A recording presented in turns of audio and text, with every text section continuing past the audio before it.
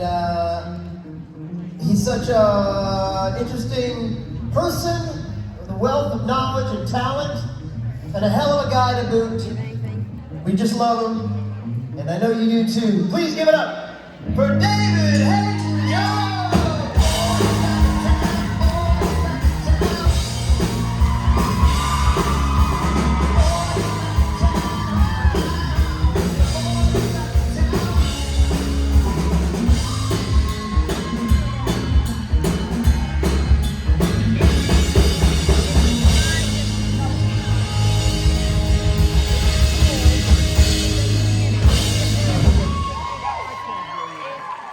I knew as soon as it came out of my mouth, my guy's gonna give me crap for saying that. Uh-oh.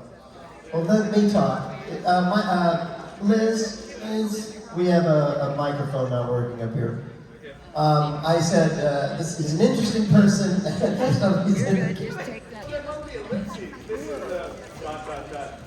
Interesting person? That's not what I meant. No. It was a bad line read on my part. Hi. Good. He's just like, it's an interesting person. Interesting. I know what this audience is. This is Jared and Misha at photo ops right now. That's what this bombed out. But you can only go up from here. I know, exactly. It's going to fill it. People are trickling in. Yeah. I think you're Listen, interesting as well. One time, Alex Calvert made fun of me because what I'm doing is when Richard isn't here, I'm doing both jobs, and my brain by the end of the day is just dead. So I'm introducing Alex Calvert on Sunday, and I'm like, here's this guy. He's a guy. He's just a guy. He's a human. He's a bipedal ape. You know I love you a lot. I'm a huge fan of them. Huge fan of you. Aren't they so great in this band? Like, honestly, you probably don't love what? The fact that we get this. Ooh, hello. Mr. Benedict Arnold. Hey, was anyone here at karaoke last night? Oh. Wow. Okay. Maybe a little fun was had? I don't know. It was a good time, huh? I do have to, I don't want to call it a full apology, but I do want to clear something up. Do we have any Swifties in the house? Yeah, I believe. I'm with you. Now, is it Swifty still, or is it Swifter? Swifty is not like Star Trek, Trekkies became Trekkers, for those in the know. Swifties, did I sing with you two last night? Perfect. Because this one I want to get to the bottom of something before we take questions. It's really important. So we sang, I tried to sing with We Are Never Getting Back Together. People know that song?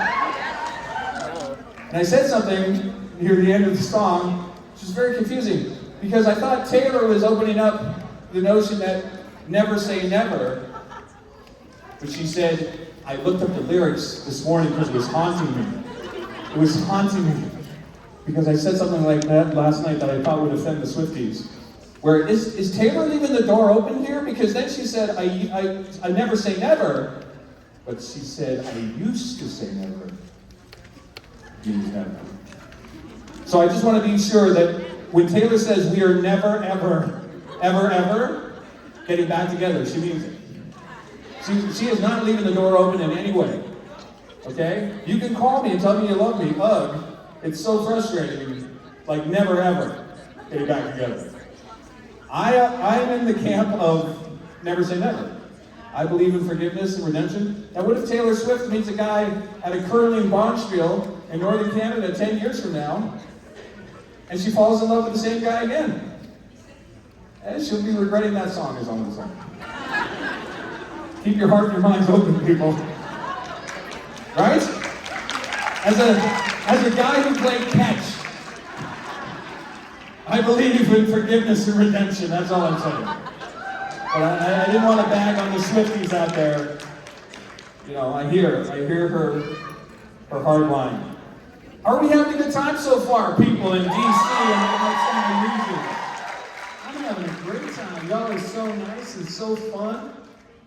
I thought I'd dress up a little bit, you know? I've got dinner tonight. This is kind of a weird weekend for me because I'm usually here Friday night and Saturday. I'm usually gone by now. I'm having dinner with Davey tonight. I didn't have a costume wardrobe change, so we get the tux early. Also, who here has seen me and Adam do panels before? Okay. So I'm missing my favorite wingman, obviously. He's filthy. I don't know if you know anything about Adam Fergus, but he gets away with that beautiful, charming Irish accent, right? It's like everything sounds better in Gaelic. You know? Oh, they fuck this and they fuck there, they put you out of category. So I'm going to take a poll. I tend to be the more civilized, kind, genteel Hallmark guy. Sure. So I just want to vibe the room. Do you want a more sort of laid-back, kind, wholesome Hallmark panel, or do we want the sort of filthy double entendres that we're used to with Adam? Hallmark. Okay, got it. Perfect. So look, there's so many people in line already. This is going to be a fun time. So let's go. Let's get to questions. The better your questions, the better this panel. Hi. Hi. First of all, Hello. it's great to have you here. Oh, well, thank you. May I out you as my pro bono publicist right now? So the reason I'm here, because I was a last minute replacement, but it was all because of you guys. So many people emailed in and texted and everything creation to have me here, so I want to thank you. And it was led by amazing people on Facebook like Charlotte over here. So I would not be here without you, so I thank you very much from the bottom of my heart. So thank you. So yeah, my only question was, are you happy? Am I happy to be here? Is Tyler happy to have that mic? Hey, Tyler. Can you say hi, Davey, Tyler? This is Tyler's first convention, by the way. Well, not technically. The first one he'll remember? Because how old is he now? 2? So he may still dump the memories, but the trauma will last forever. The internalized trauma. So this little cutie over here saw a picture of me. I was on Cameo talking to Charlotte over here. And Cameo is one of these things where you can actually have live calls with me now, and sometimes we have some really fun live chats, so it's like a convention in a phone. And apparently when he sees my picture, he goes, "Die, Davey, die." It's German. So not Team Catch, I'm gathering. We have a Supernatural fan and Catch hater in the making. I welcome your hate, young lad, and we'll see you at photos. Bye, buddy. I'll see you at photos. Bye. Oh. Yes. Maybe I'm making inroads. See? Forgiveness and redemption. From the mouths of babes. You can take this lesson. Hi. Now, how am I supposed to follow that? No, you go, hi, baby. Everyone needs to further question goes, hi, baby. No, I refuse. I will never, ever, ever say hi, David, in the baby voice.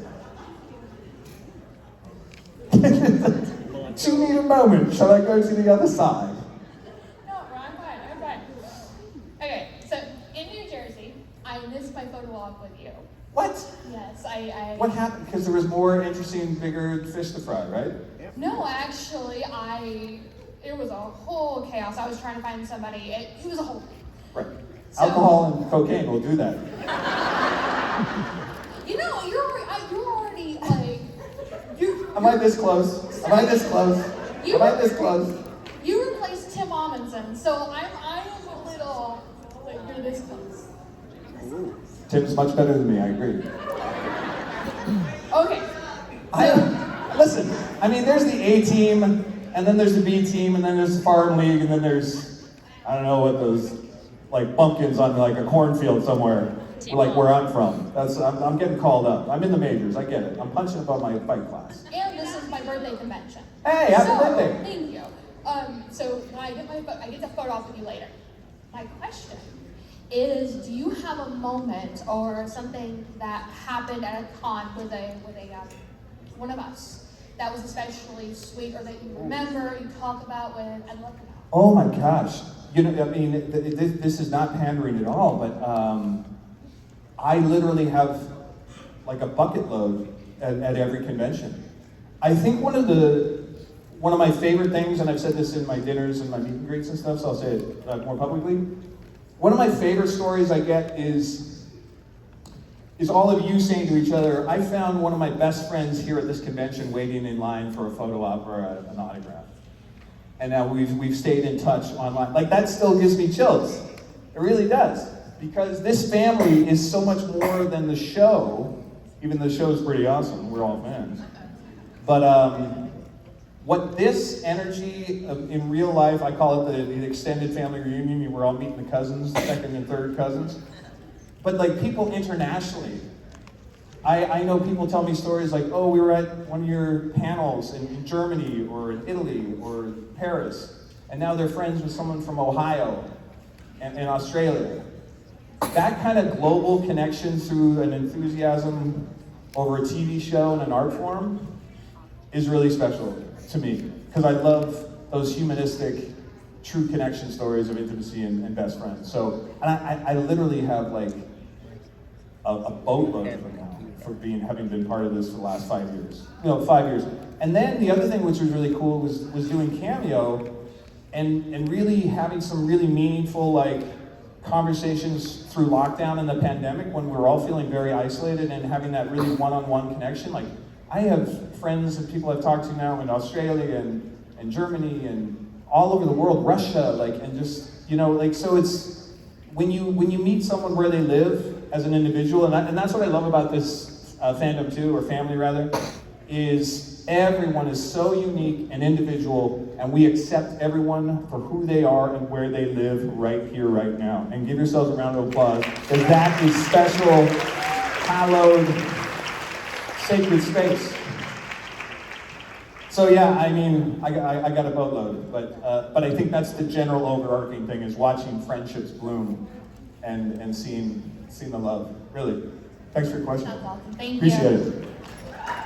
That's lovely. So good way to see, that's the Hallmark. That's the Hallmark answer right there. See? Forgiveness and redemption, everybody. Hi. Hi David, I'm Larissa, and I thought first thank you for yesterday night. We sang together. Oh my goodness. She rocked Living on a Prayer last night. She was bringing the house down. It was so awesome, and you are such a nice guy. I really enjoyed it, and this convention has just been fantastic for me. I don't know if you know it, but I'm from Germany. And Okay, guten Tag. I could hear the accent. Yeah, I traveled like 4,000 miles to get here, and I love it. it's just fantastic. Everything is so cool. Everyone is so kind here, and thank you for everything. Well, and welcome. Then give yourself a round of applause again. And Have you gone to any of the German conventions yet? yes, I've been to the Purgatory Convention in May actually, Okay, and I saw you. perfect. Good to see you again. Yeah, thanks. Welcome. Guten Tag. Willkommen. And my question is, if you had the chance to play a character in a video game, in which one would you like to be in? Oh. Have they ever made a Supernatural video game? Have they ever tried to? Is that something there would be an appetite for?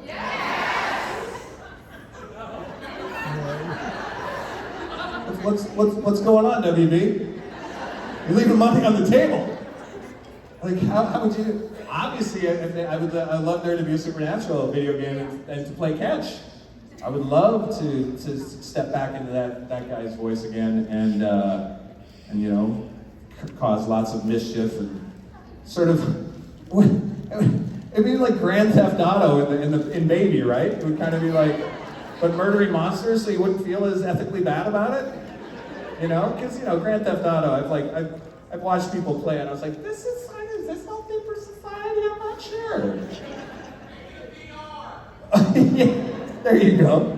But if I was gonna be another character in a video game, I'd love to have a chance at Batman. I'm Batman. Well, because I think I also would make a much better, we're sort of Batmaned out at this one. Who saw the Batman? Do we love the Batman? Do we pro the Batman? Yeah, maybe? Emo, yeah?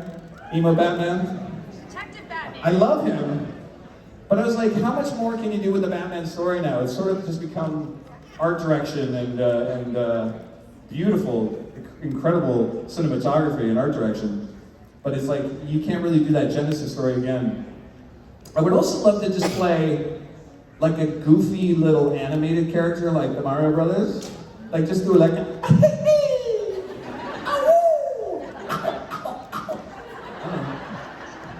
I just want to go in and make sounds like that. Like a little Jawa or something. Oh yeah, I'd like to play a Jawa in a Star Wars video game.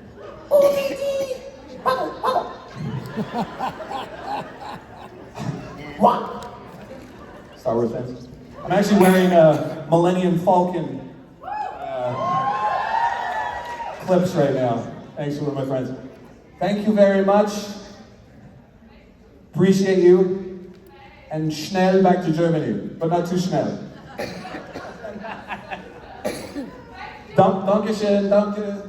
Hi. Hello. First off, I wanted to say that I was super excited. I found out like 3 in the morning that you were coming to this convention, and I like freaked out. And so before we got caught up on the stage for the karaoke, I turned around and was like, dude, imagine if David came out on stage and surprised like the audience, and then we get caught up in mid-song, you like popped out of nowhere. These were my Swifties from last night. They crushed it last night.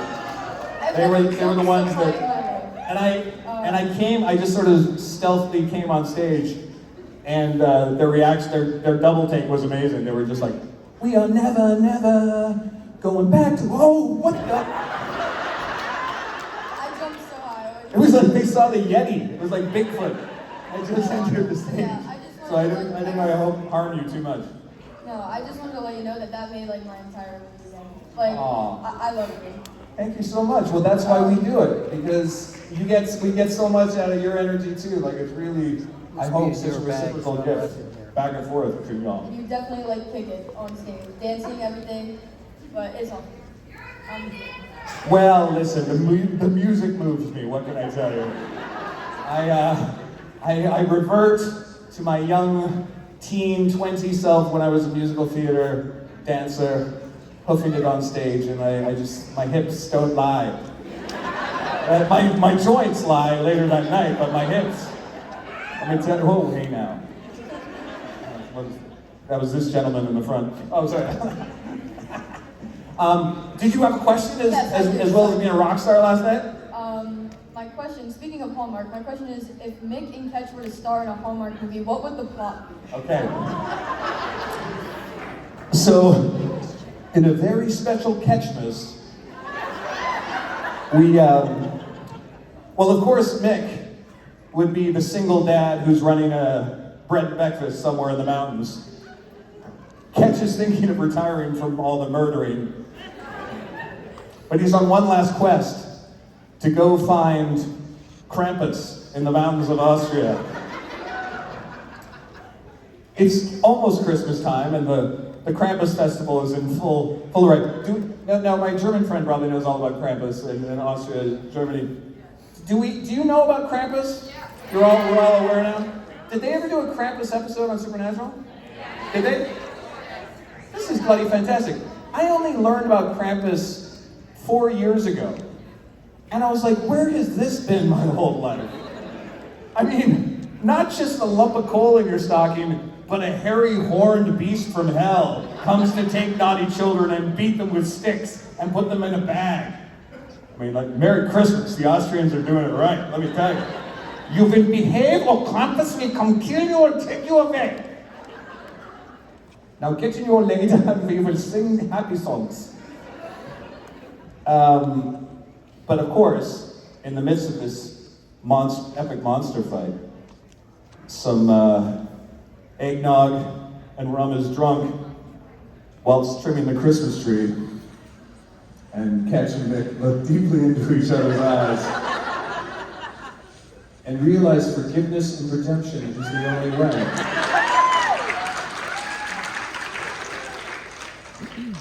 And a nice bit of spooning by the fireplace. Yeah, all right, yeah. Who's your father? Mick, you are, that's right. Merry Catchmas, everyone, ta-ra! Hello, is that Carrie? Hi, Carrie. All my old mates here are coming up for questions, I love it. I didn't really have a question, so what's your favorite Hallmark movie? Because I'm catching up on it. Oh. 5 more minutes. Really? Are you a 5 more minutes person down here? Well, thank you very much. You've been in.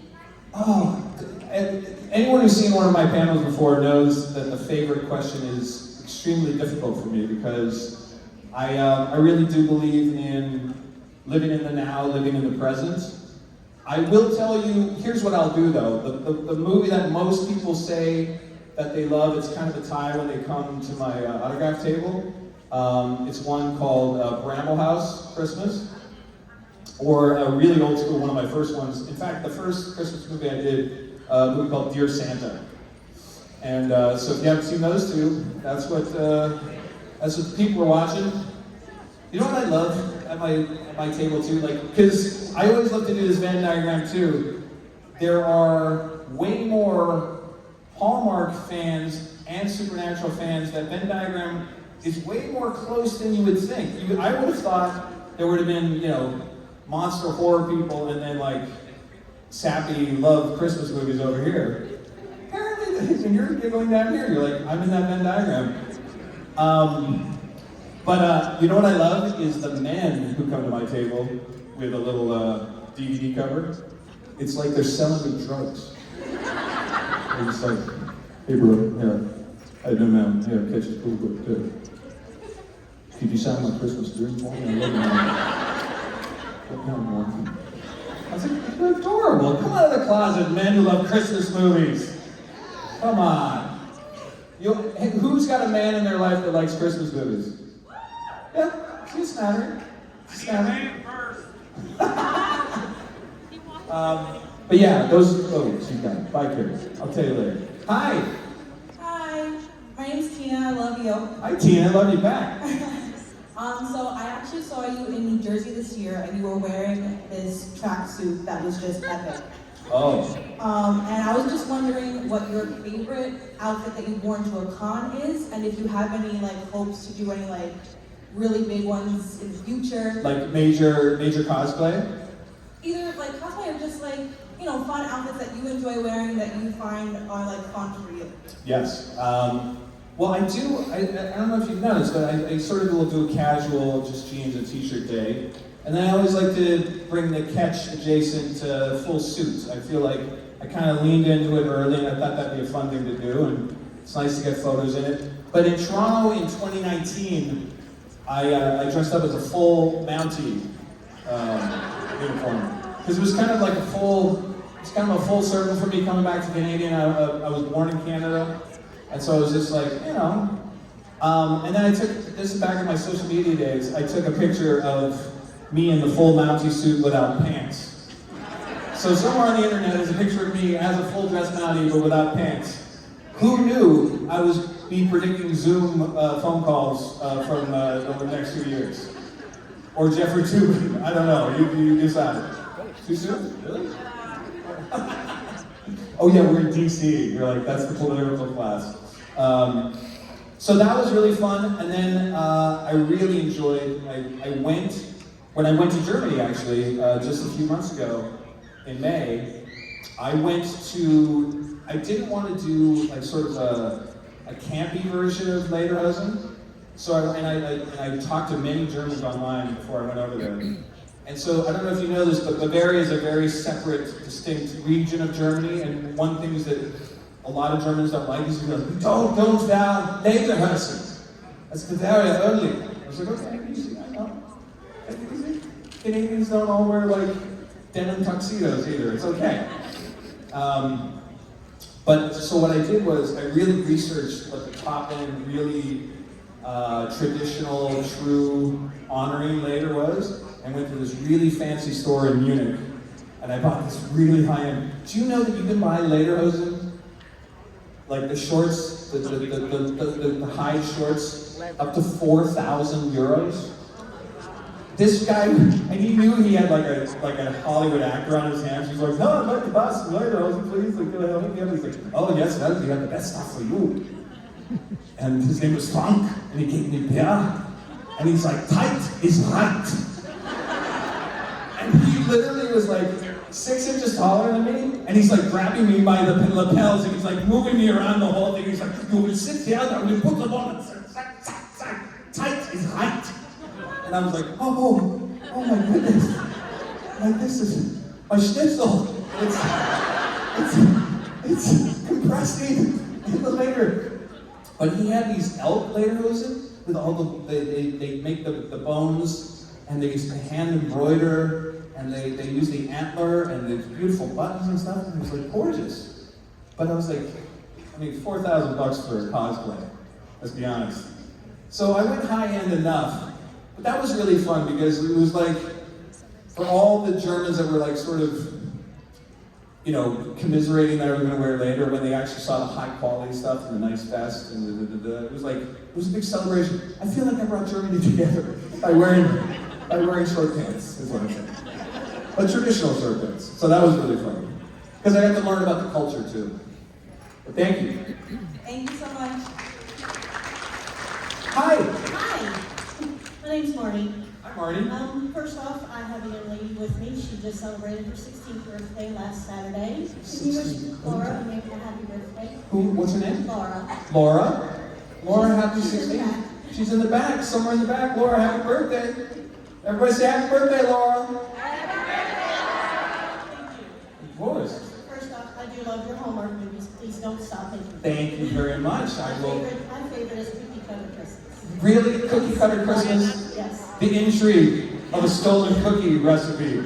Oh my goodness. If Ketch got a piece of that action, it would be. You play dad with it. Thank you. My question is, when you typically start a new job and the company's already established, people have friends and whatnot, all the relationships are established, it takes you a while to get to know everybody and get to know you. Was there a time or an instance or anything where you started to feel that you were a part of the family once you started on the show? Oh, this show? Yeah. Well, let me tell you something, and I'm sure you've heard this if you've been coming to these before. It all comes from the top. And Jared and Jensen are the most collegiate gentlemen and hosts on any TV show. You ask any of us actors when we were welcomed on day one, they got to know who I was, were curious, kind, inclusive, out the gate. Yep. Everything changes after that. You're like, oh my gosh, why thank you. And we just started having chats in between takes and just got to know each other as human beings. And their kindness and their generosity trickles down from the top, and all the leadership at the top. So, my goodness, I mean, if I could ever pay it forward, I've been the lead on shows before and always tried to do that, but knowing what they did to every new guest star and co-star that came, they're legends in Vancouver, by the way. All the local actors there were just like, if you get a chance to work on Supernatural, the culture of that show is just fantastic. So, I actually didn't have to do much other than be prepared, be polite, do my job. That's how I do my work in general. And then when you had these Southern gentlemen just welcome me in, and I know what a chupacabra is. So does Ketch, and he pronounces it correctly, by the way, I'll have you know. Thank you so much, I appreciate it. Yeah. Any of these, you hear stories all the time about casts being very collegial and friendly and warm. And sometimes it's true, and sometimes it's not, but with this show, let me tell you, it was really true. We have a collection of the kindest, smartest, funniest, most giving, community-based individuals, not just from the top down, but as a group. We are so fortunate. And I hope that translates to you guys. I hope that you get that family feel from the show, and that because we definitely get it from y'all, so we're super grateful for that. Hi. Hi. I wanted to ask you, I don't know if I've been asked this before, but this is my first con. Hey, welcome to your first con, everybody. Who else is your first con? Wow! That's post-pandemic life right there. Well, welcome. You gotta get at it, right? You're like, time's wasted. Well, welcome. I love it. We've literally been doing 50-50s on all these cons, so welcome. I hope you enjoy the circus. Thank you. Yeah. I wanted to ask you how you came to be on the show and what your first impression of your character was. Great question. So I had known about Supernatural, everyone knew about Supernatural in the business, especially if you were in Canada part-time like I was. My home was in LA, but I was keeping a place in Vancouver at the time. And I got this audition, like any other audition, in the late spring of 2017. See, COVID has screwed up my whole sense of time. I was saying this the other day. Who's still doing last year for 2019? Right? Like, yeah, remember last year? Yeah, it was 3 years ago, dude. Relax. I was like, what? So I guess I've been on the shows for 5 or 6 years, I guess. Would have been something like that. And it was just, I got the call from my agent, and it was only supposed to be like a few lines for 3 episodes. And I just went in, and originally they wanted as a Cockney East End Londoner biker. So the whole color of Ketch was totally different too. I went in like all mussed up with a beard and a leather jacket, and I was like, you all right? Yeah, what are you looking at, boy? No, he's looking at this, right? No, he's standing there. And that was my first audition on tape. I didn't see anyone for it. Because I was actually shooting a Christmas movie at the time, believe it or not. And then I didn't hear anything, I forgot totally about it. Then they gave me new pages 3 weeks later, and I was literally doing night shoots, and it was my last night shoot on the movie with Danica McKellar called My Christmas Dream. I'll never forget it. And when you're doing night shoots, you're all turned around. And, you know, it's just weird. Anyone who's worked night shifts, you know that like it's your body, it kind of takes a while to get in that schedule. And so we were shooting at this really cool mall, high-end department store in Vancouver, and I got the call back. So I had to start learning my sides for the callback, and they were totally different, but I'm shooting at the same time at night, and I'm getting the thought sweats just thinking about it because it's making me so nervous. I was like, oh, this is cool, this is incredible. And then they said, no, and they said, forget everything you learned before your tape. They want a posh English gentleman, think James Bond of the monster world. And I was like, and they want you there at 10, and the movie was wrapping at 7 a.m. So I'm like, fart me, Jesus, Murphy. And then you just kind of go in, you're like, I can do it, I can do it, I can do it. I was taking power naps everywhere I could in my trailer. I was like, okay, I got a tuxedo. This tuxedo, actually. This is the same tuxedo I got the roll of Ketch in, by the way. Still fits, sort of. And I just remember, in between takes on the movie, it wasn't a heavy dialogue lift, so I was able to keep studying. Power naps in my trailer. Went home, showered, changed, had another 40-minute power nap, got in the car, had the lines rolling, and was just doing my posh English accent. Got to the audition, it was just me there, so I was like, oh, maybe this is helpful. And right before I went in the door, I just said to myself, took a deep breath, and was just like, Bond, James Bond. And I walked in, and now I'm here talking to you. That's awesome. Yeah. Pretty great. That's so awesome. Pretty great. Yeah, I'll never forget it. Like, you kind of give me shivers because when you actually tell the story, you're sort of like, you can't think of the future, you can't think what it's going to become. And then they just kept giving me better episodes and more fun to play, and I was like, wow. And now here I am talking with all you lovely people. So you just never know. You just do your best, forget the rest. Forgiveness and redemption is real, folks. Thank you. Appreciate it. That's fantastic. Thank you. Thank you. Hi. Hi. I just want to say I did enjoy you in the Hallmark movie 5 More Minutes. Oh, thank you so much. I'm a Scotty McCurry fan too. I've seen him in Oh, fantastic, yeah. My question is, so this is my first con, and I was wondering if you had any memories from your first con. Were you at karaoke last night? Yes, I was. Was that you rocking? I was in the second row. Oh yeah, okay. See, I'm seeing faces already. Sorry, what was your question? I apologize. Do you have any memories from your first con where you were scared or nervous or excited? Yeah, like I was all those things. So she asked me what experiences from my first convention.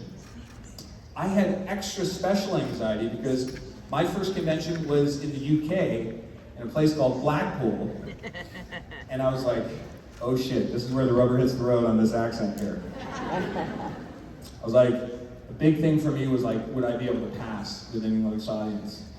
And there was some nitpickers, but so many people came up to me at the autograph table in question. They were like, oh no, we didn't know you were really British then. No, so I mean, that for me was the excitement, was like, did I pass with an English audience? Because I do have British roots in my family, and I've said this before at cons, but Ketch's very posh accent is based on my Uncle Dave, who's one of the last of the 3% of England who actually speak in a sort of toffee-nosed, auntie accents and all that, right? Cambridge and all, and he actually chin-wags. He literally is a chin-wagger. He's like, right, good, right.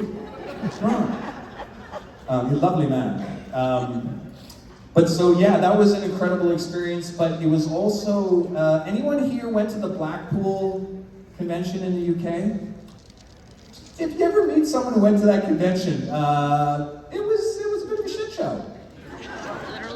Things didn't go well. Some people didn't get paid, and the company went belly up, and a lot of people didn't get their money back. So that was my first experience with conventions. But I think what really was so fun was getting to be here with Adam, and we had such an instant rapport as friends and as sort of our banter or whatever. So when we do our panels together, there's just something that happens, and there's just this. It reminds me, because I started out off in the comedy clubs in Toronto. That's how I started my career, and so doing sketch and improv, and doing these panels sort of reminds me of hosting and improv and all that stuff too. So it's kind of been a really nice full circle, and then to have everyone be so nice and interested, it's been a real blessing. So thanks, appreciate that, and welcome, first timer, excellent. What's that? Oh, why? Thank you, I appreciate it. Thank you. Hi. Just in Adam's absence, would be the Irish representative for tonight. So I wanted to ask you if you had any favorite memory from set. Any favorite memories from set? Again, the favorite question. Not to be a hater, but every day I was going to work on this show. We talk about this, practicing gratitude and living in the now and being present. I really do believe in that practice, because we're also taught it in disciplines of acting, is not trying to pre-plan too much, do your homework, and then show up, and then let it go. So every day on this show was such an adventure of collaboration and surprise and challenge for me. It was like by far the most challenging role I've ever played, and the one I worked the hardest on. But I just remember so much the laughter and the camaraderie. Did anyone here? Do you know the sort of the motorcycle helmet story? Perfect, great, you don't. So this is memorable. Because it also speaks to just how fun Jared and Jensen are. And like everyone's asking about pranks and stuff, but just the collegiate communality of the, is that a word? No. Community. So Ketch had to ride a motorcycle and had to wear a motorcycle helmet. David Hadyn-Jones, the actor, has a giant head, if you haven't noticed. Like a really big hat size. Any man out there who knows hat size is 7 3/4 dome. It's very deep. So what happens with hats and headgear in film and TV is they fall through the cracks because props thinks wardrobe has it handled, and wardrobe thinks props has it handled. And anytime you're in any department in any company, and you think the other department has it handled, you're fucked. Because it slips through the cracks.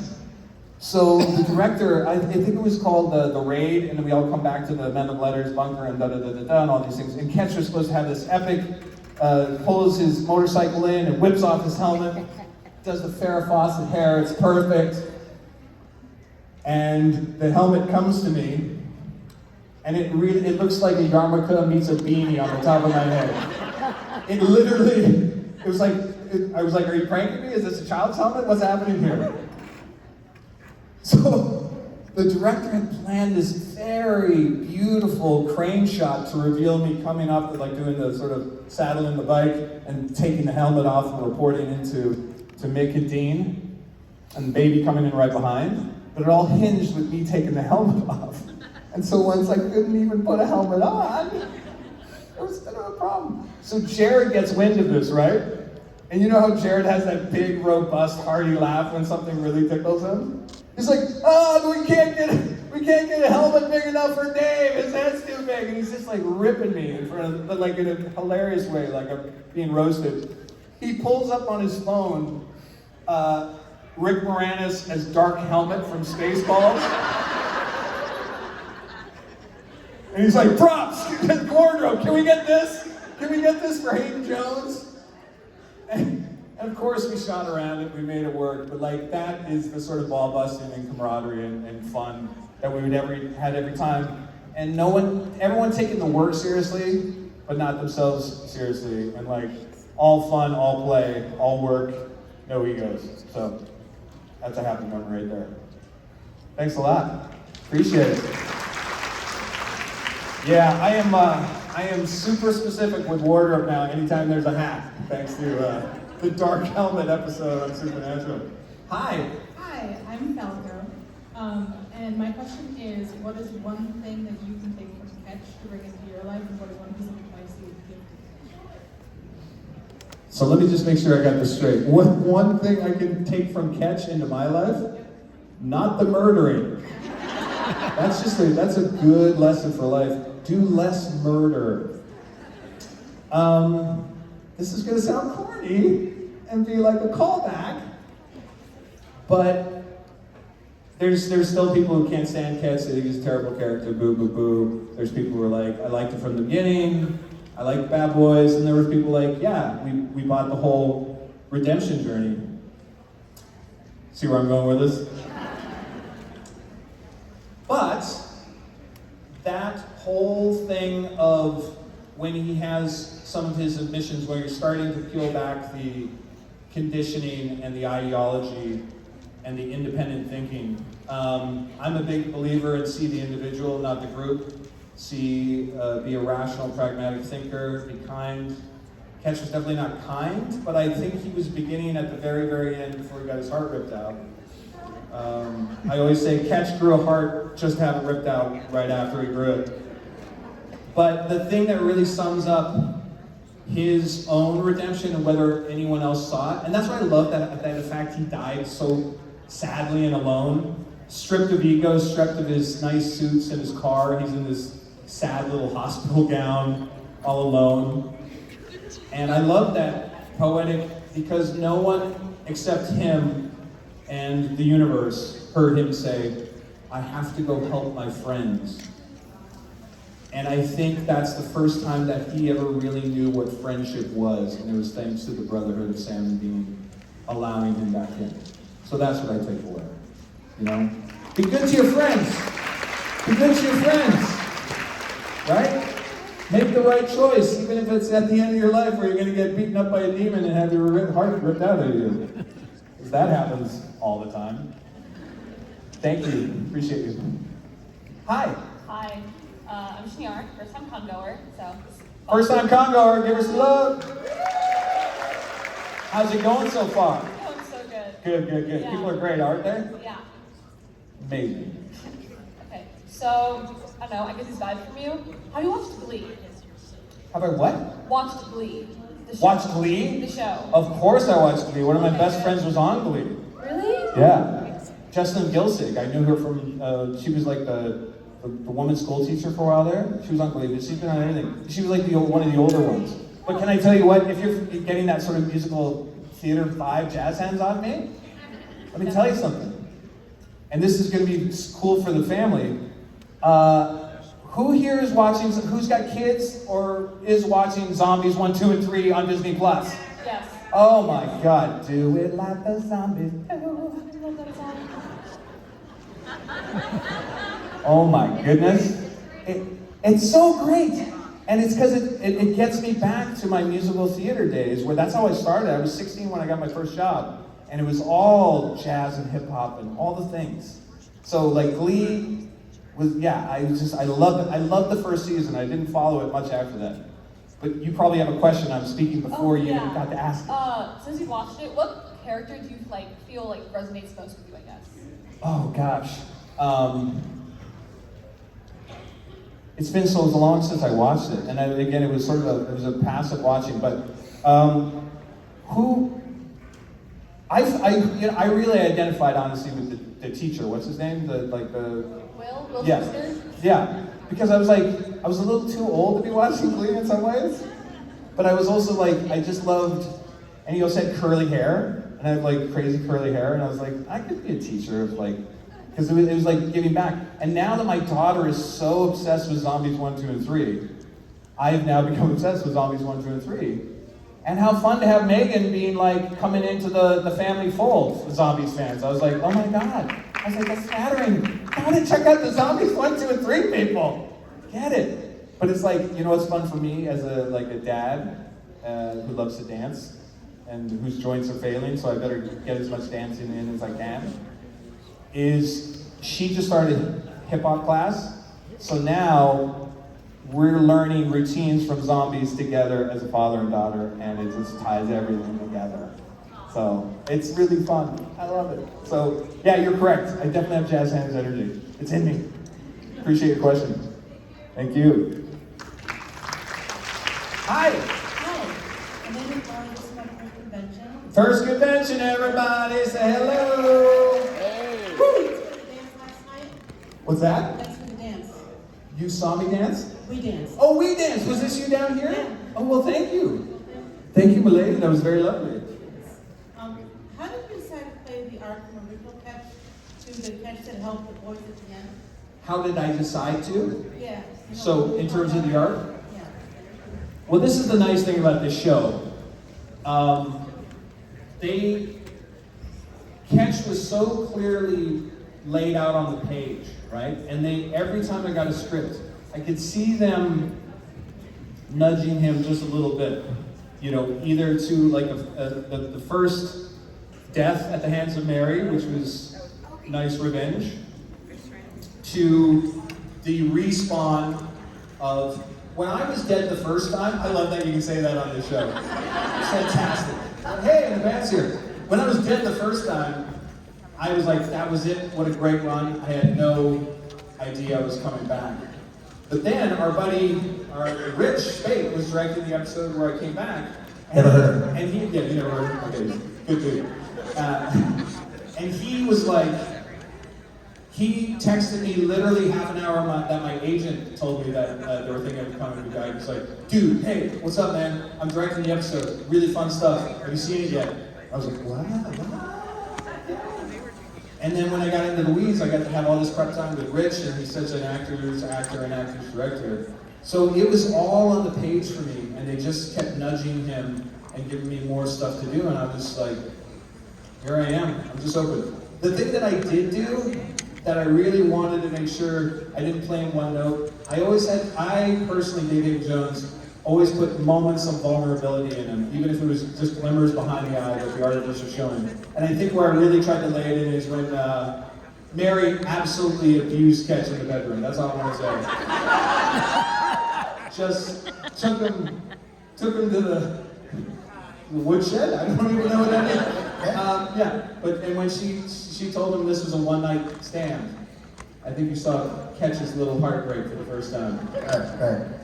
Right. When I died the first time. And then when I was my twin. Yeah, that's right, exactly. Oh, man. Thank you so much, everyone. I'm here tomorrow if you have any questions. Hadyn-Jones, the most interesting man